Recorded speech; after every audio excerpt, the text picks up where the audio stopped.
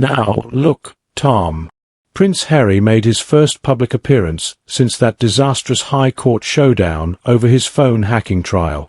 The Duke showed up at the Warrior Games in San Diego, supporting U.S. Army veterans. But, yet again, wife Meghan was nowhere to be seen. In addition to his messy court battles, Meghan was also notably absent from King Charles's coronation and, of course, during the promotion of Harry's controversial memoir, Spare. So, Tom, what are you hearing? Why is Meghan deliberately stepping back from these PR disasters? And why isn't she telling her husband, "This isn't working. Pivot, try something different. You're making a fool of yourself"? Does she actually want him to appear weak? Ruined, even? Well, Meghan hasn't spoken publicly or shown up in person for almost a year, which is truly extraordinary. It's like we're witnessing a phase of silent Meghan after everything she set in motion. From those photos of Harry in San Diego this week, one thing stands out. Here's a man who was visibly angry while in London. Despite how disastrous his court appearance was, it seems like he doesn't even realize just how bad it truly came across. Maybe it was cathartic for him, but the truth remains, they're facing problem after problem in rapid succession. First, there's today's decision on whether Harry's visa application will be made public, something that could spark another storm. Then there's Netflix. So far, they haven't announced a release date for the Invictus series, and that's worrying. No series means no money. And to top it off, Spotify has cancelled their contract, adding to their financial challenges. Here's another twist. Reports surfaced that when Meghan and Harry first arrived in America from Canada in 2020, they stayed at Tyler Perry's compound in California. Meghan reportedly complained about drones flying over, trying to photograph Archie. In their Netflix series, she criticized the invasion of their privacy, saying, "Aren't these people just terrible, going to such lengths?" But today, Tom Sykes revealed something intriguing. Meghan herself reportedly tipped off paparazzi about her location.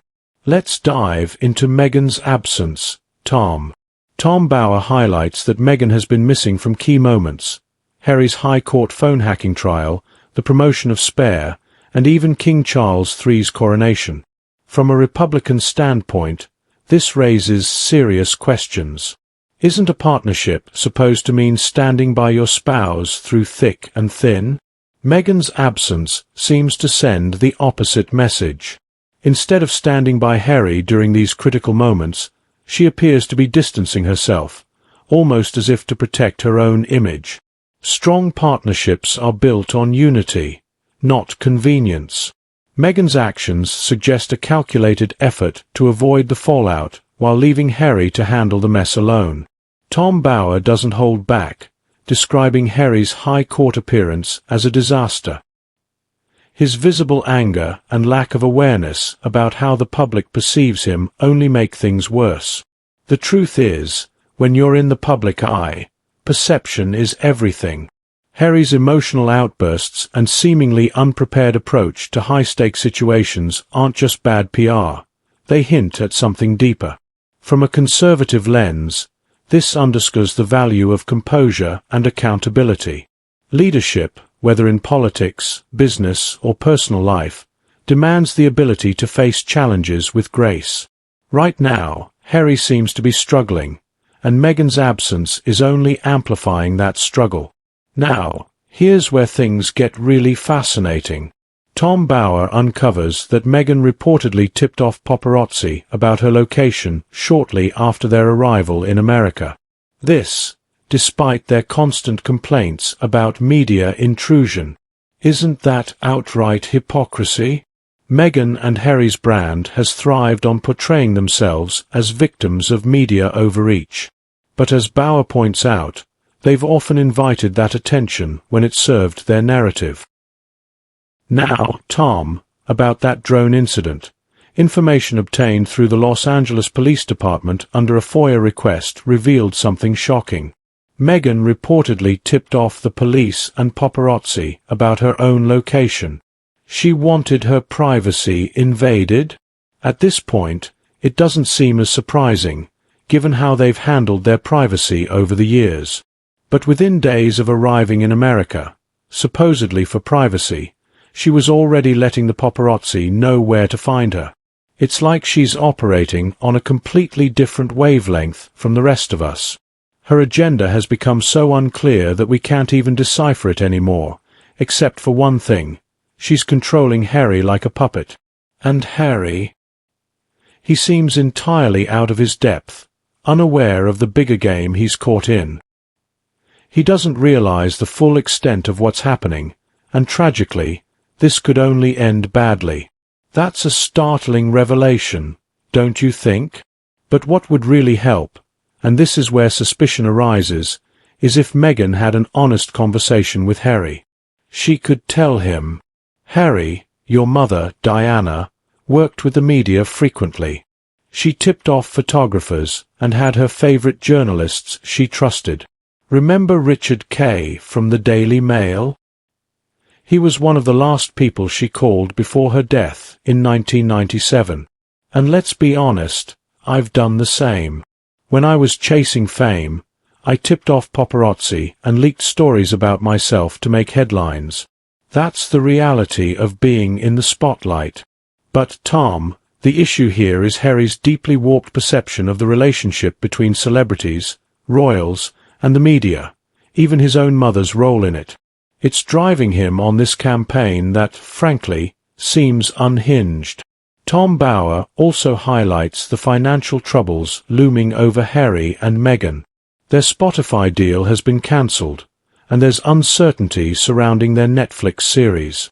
Add that to their high-profile lifestyle, and it's a recipe for disaster. Living beyond your means while depending on public sympathy to maintain that lifestyle will inevitably lead to cracks showing. This is a lesson in responsibility. Whether managing a household or leading a business, you need to stay within your means and deliver on your promises. Their financial troubles aren't just the result of bad deals, they're the result of bad decisions. Bower doesn't hold back when he refers to Harry as Meghan's puppet, implying Harry is completely unaware of how he's being manipulated. A marriage should be a partnership, built on mutual respect and shared goals, not manipulation and control. Without balance, the relationship becomes unsustainable, and that seems to be what's unfolding here. Interestingly, Bower draws a contrast between Meghan's media tactics and Princess Diana's approach. While Diana used the media to shine a light on causes she deeply cared about, Meghan's approach feels self-serving. Diana's legacy is built on compassion and service, whereas Meghan's narrative appears centered on victimhood and self-promotion. The difference is striking. You have to reflect on what Bower's book revealed about Meghan. She's often been described as calculated, always looking for ways to benefit herself. The pattern is clear. She's distanced herself from people she no longer finds useful, whether it's her father, her first husband, or even past relationships. So, is Harry next? Has he served his purpose by giving her a royal title and international fame? Is this the beginning of Meghan moving on to the next phase of her life? It's heartbreaking to think she could treat the father of her children this way. Her absence from major events and silence since Christmas raise serious questions. My suspicion? She's plotting something significant. We've been saying for weeks now, something big is on the horizon. What's the takeaway from all this? Tom Bower's analysis sheds light on Meghan and Harry's public struggles and the ripple effects of their decisions. But this story isn't just about them.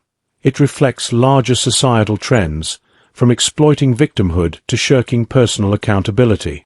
So, what's your take? Is Meghan strategically distancing herself from Harry, or is this just another chapter in their ongoing saga? Share your thoughts in the comments below. Don't forget to like, subscribe, and share.